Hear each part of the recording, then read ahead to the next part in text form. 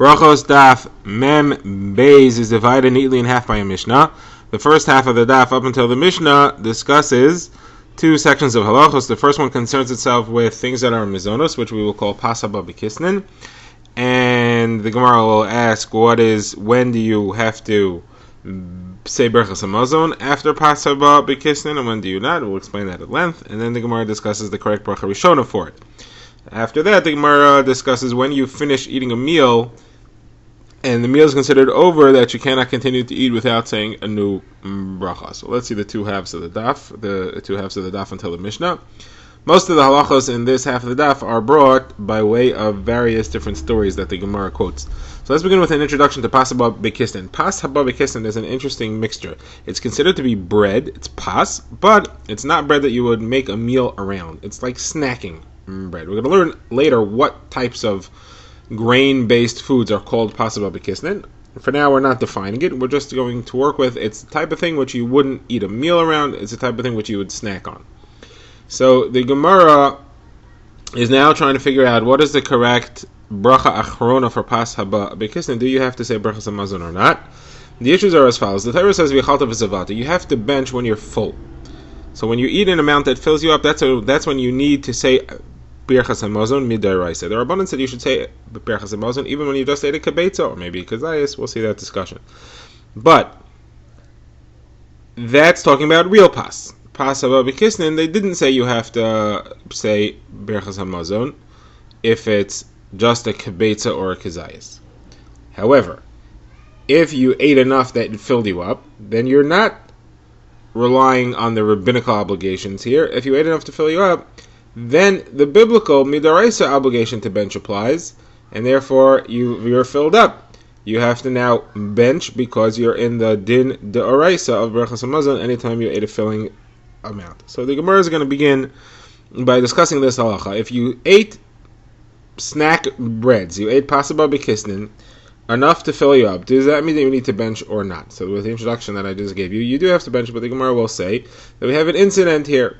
The first incident that we will bring concerns itself with Rav Huna, who ate 13 loaves of pas haba b'kisnin. Each one was a third of a kav. Now a kav is 24 egg size, so he ate 13 breads, which were each 8 egg sizes. It's a total of over 100 egg sizes of bread, and he didn't say Brachos Hamazon afterwards. So Rav Nachman said to him, if you eat that much, that fills you up.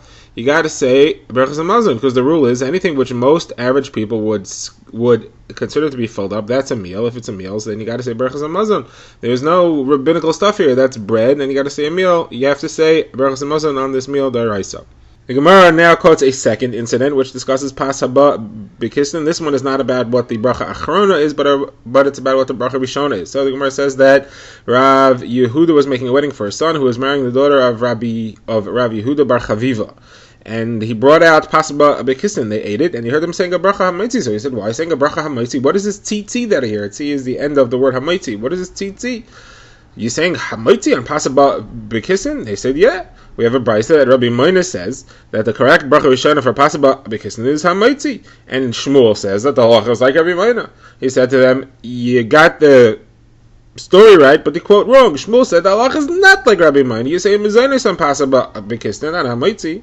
So he said to him, is that true? But how could that be? But you once told us, in the name of Shmuel, that on lachmaniyos is some kind of food which is clearly pas haba b'kisnin.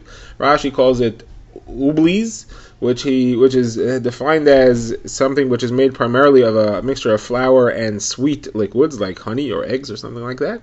So these things which are certainly pas haba b'kisnin, the bracha is hamaitzi. That's what you said. So Rabbi Yehuda said, no. That was talking about a situation where you made a meal out of it. You make a meal out of pas haba b'kisnin, you have to say hamaitzi. Then you're in the din d'oraisa. But if it's just a snack, it's a mizonos, you don't say hamaitzi on it. That's not correct. So now we've discussed the bracha rishona on pas haba b'kisnin and the bracha achrona. And in both cases, if you made a meal out of it, or you ate enough to be a meal, you has the halacha of bread. Now the Gemara brings a new story. And this is going to take us to the area of halacha as to when your suda is over. The issue over here is once you've ended your suda, you have mentally detached yourself from eating, your bracha, rishona that you said, stops. It doesn't go any further. You've ended the bracha. So if that's the case, you have to, if you want to eat more, you got to make a new bracha. So Rav Papa was in the house of Rav Huna Beit Rav Nassan, and they finished the meal, and then they brought out something else to eat. So Rav Papa took and he ate. So they asked him, "What do you mean? But we finished eating, and now we're starting to eat again. You have to say a new bracha." So he said, "No, you don't have to say a new bracha if you stop eating. You have to say a new bracha if you take the table away." And in those days, the custom was when they finished eating, they actually removed the table from in front of them. So you take all the food away on the table, you take the table away. In our days, that would be the equivalent of cleaning the table off, of clearing. So then you have to say a new bracha if you want to eat further, but otherwise you don't have to. Okay, so here we have two ways of defining when your meal is over, that you'd have to say a new bracha. In their house, Rav Huna's house, they thought it was when you stop eating. Rav Papa said no, it's when you clear the table. Now we have another incident that happened over here. It says that Rava and Rabbi Zera went to the house of the Reish Galusa. And the Reish Galusa apparently was eating in a different room. They were being hosted in a room by themselves. So the table was cleared. They took the table out. And then the Reish Galusa sent another thing from his table. He sent them a portion from his meal. And Rava ate from it. And Rabbi Zera didn't want to eat because he didn't want to make another bracha on it. So he said, well, how could you eat it? They took the table away. That means the meal was over. We need to make a new bracha. He said, no. That's only if it's up to you. But here, we're guests. If you're guests, the decision of when the meal is over is not up to you. It's when the host decides. And the host is still sending food, so the meal is not over. Okay, so now we have a third way of defining when the meal is over. Now we're going to find the fourth way. Rav says, somebody who usually rubs oil on his hands after a meal, Rashi explains that they used to do that in order to take the smell of the food off. Somebody who usually rubs oil on his hands after the meal, and he didn't rub it yet, the meal's not over. The meal's only considered to be over when he rubs the oil, and then if you want to eat more, you have to make a new bracha. Okay, now the Gemara says that the halacha is not like any of these things. All these ways of defining what the end of a meal is are not halachic. The halacha is, as Rabbi Chia bar Ashi said in the name of Rav, it's only considered to be the meal is over when you've washed Mayim Achronim. Until then, you don't have to say another bracha to continue eating. Once you've washed Mayim Achronim, you want to eat further, you have to say a new bracha. Now the Gemara quotes the statement of Rabbi Chia bar Ashi Amar Rav. The statement is as follows. There are three things that should be immediately following something. What are the three things? Shchita of a carbon should be immediately following the smicha. When the owner leans on the carbon and says vida, it's called smicha. Shchita should be right after. Shemana Esrei should be immediately after the geula. And benching, Brachos Daf, should be immediately after washing Mayim Achronim. So that's where we see this halacha from, that washing ends the meal. Abaye says there's a fourth thing that should be immediate. Bracha comes immediately after Talmidei Chachamim. You have a Talmid Chacham in town, bracha follows immediately afterwards. Like it says, Vayevarcheni Hashem b'golecha, Lavan said to Yaakov, Hashem blessed me because of you. Or another pshat is that Vayevarch Hashem es Beis HaMitzri b'gal Yosef, wherever Yosef went, the bracha was sure to follow. Now we're up to the Mishnah. The Mishnah discusses the halachos of brachos as they pertain to a meal. The two main subjects to be discussed in this Mishnah are, if you say a bracha on a food in the meal, and then the same food comes up again much later, does your first bracha still count for later? And the second halach will be, does one person say a bracha for everybody, or does everybody say a bracha for themselves? In order to understand this, we have to have a picture of how the meals worked in the days of Chazal. So they worked as follows. There were appetizers, then there was the main meal, and then there was dessert. The appetizer consisted of wine and a meat or fish kind of a dish that was called parperes. So you had yain and parperes before the meal. Then the actual meal came. That was usually bread-based or something similar, which was maisa kedera, cooked grain type of food. Then afterwards it was a dessert where the people used to sit around and eat and schmooze, and that was again wine and parperes, a meat and fish kind of a dish. So the Mishnah discusses, if you said a bracha on the wine and parperes before the main meal, does that count for the wine and parperes after the main meal? The Mishnah says yes. Then the Mishnah says, if you said a bracha on bread, that works for the parperes also. The bread covers the parperes because that's considered to be subservient to the bread, which is the main function of the meal. However, bracha on parperes does not work for bread. Mishamei says, not only does it not work for bread, it doesn't even work for the cooked parts of the meal, the Maisa Kedera. The Mishnah will have, the Gemara will have a discussion as to what Beis Shammai is referring to precisely. Now, the second half of the Mishnah discusses who says the bracha. Is it everybody for themselves or individuals? So the Mishnah says as follows: when they're sitting on chairs, which we will see, the Gemara will explain which parts of the meal they sat. So then everybody has to say a bracha for themselves. They're not considered a group enough. They're not set together for one person to say a bracha for everybody. However, when they're doing hiseba, when they're reclining, so then one person can say a bracha for everybody. And now, two more halachos, but who says a bracha wine. If wine comes in the middle of the bread part of the meal, then everybody has to say a bracha for themselves. If the wine comes after the meal, the wine that comes after the meal, which is like the dessert wine, one person can say a bracha for everybody. And if one person says a bracha for everybody, he also says a bracha on mugamor, which are spices that used to come after the meal. They would smell some good smelling things after the meal. That is the end of the Mishnah. Now, the Gemara first addresses the halacha which we saw in the Mishnah, that if you said a bracha on wine once, it works for all the cups of wine you can drink throughout the meal. The Gemara quotes a couple of people who say that that's limited. Rabbi Bar Bachana and Rav Yochanan say that only applies when you're planning on drinking all the cups of wine. You're planning on sitting down and having cup after cup. Then the bracha you said on one applies for all the others. But if you're just drinking one cup, and then if you're going to drink another cup, it's a new decision. You hadn't had that in mind. Then your bracha on the first cup doesn't work for the second cup. The bracha only applies to things you're planning on drinking. So the first statement is Rabbi Bar Bachana in the name of Rav Yochanan, who says on Shabbos and Yom Tov people sit and drink a lot of cups of wine, and therefore one bracha works for all of them. However, during the week, each time you decide to drink a new cup, it's a new decision, it's a new bracha. Rabbi Bar Mari and Rishu ben Levi say similar halacha, but they add another time that people often sit and drink a number of cups of wine. When you come out of the bathhouse, apparently it was a big time for drinking, and after medical treatments, which include bloodletting, that's another time when people sit and drink. Now the Gemara quotes an incident. Rabbi Yitzchak Bar Yosef went to the house of Abaye, and it was Yontif, and he saw that he makes a separate bracha every time he drinks. And he said, don't you hold of this halacha in Shabbos and then Yontif, people sit and drink a lot of cups of wine. One bracha works for all of them. Abaye said, that's for most people. But me, I only plan on drinking one. So if I drink another one, that's a new decision. My first bracha doesn't cover that. Now the Gemara asks, we saw that wine before the meal works for wine after the meal. What about wine in the middle of the meal? Now, in a sense, it's similar. If wine from before the meal works for the wine after the meal, why shouldn't wine in the middle of the meal work for it as well, the bracha on it?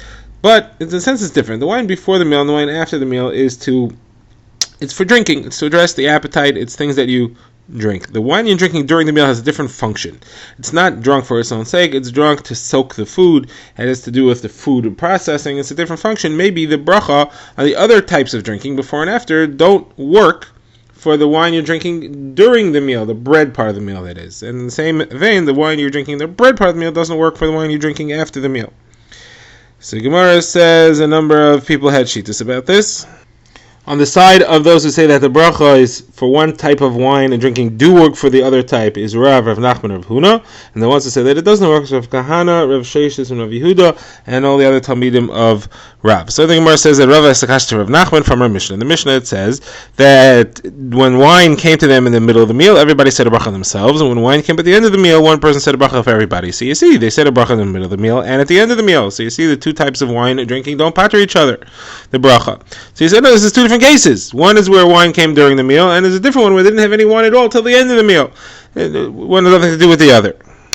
Now the Gemara addresses the statement of Beis Shammai in the Mishnah. The Mishnah had quoted the Tanna Kama, who said that the bracha on bread works for the parperes, but the bracha on parperes doesn't work for the bread. Beis Shammai said, and it doesn't work on maisa kidero, which is the grain-based foods which were eaten in the main part of the meal along with the bread, and are more likely to be included in the bracha of the bread than the parpereses.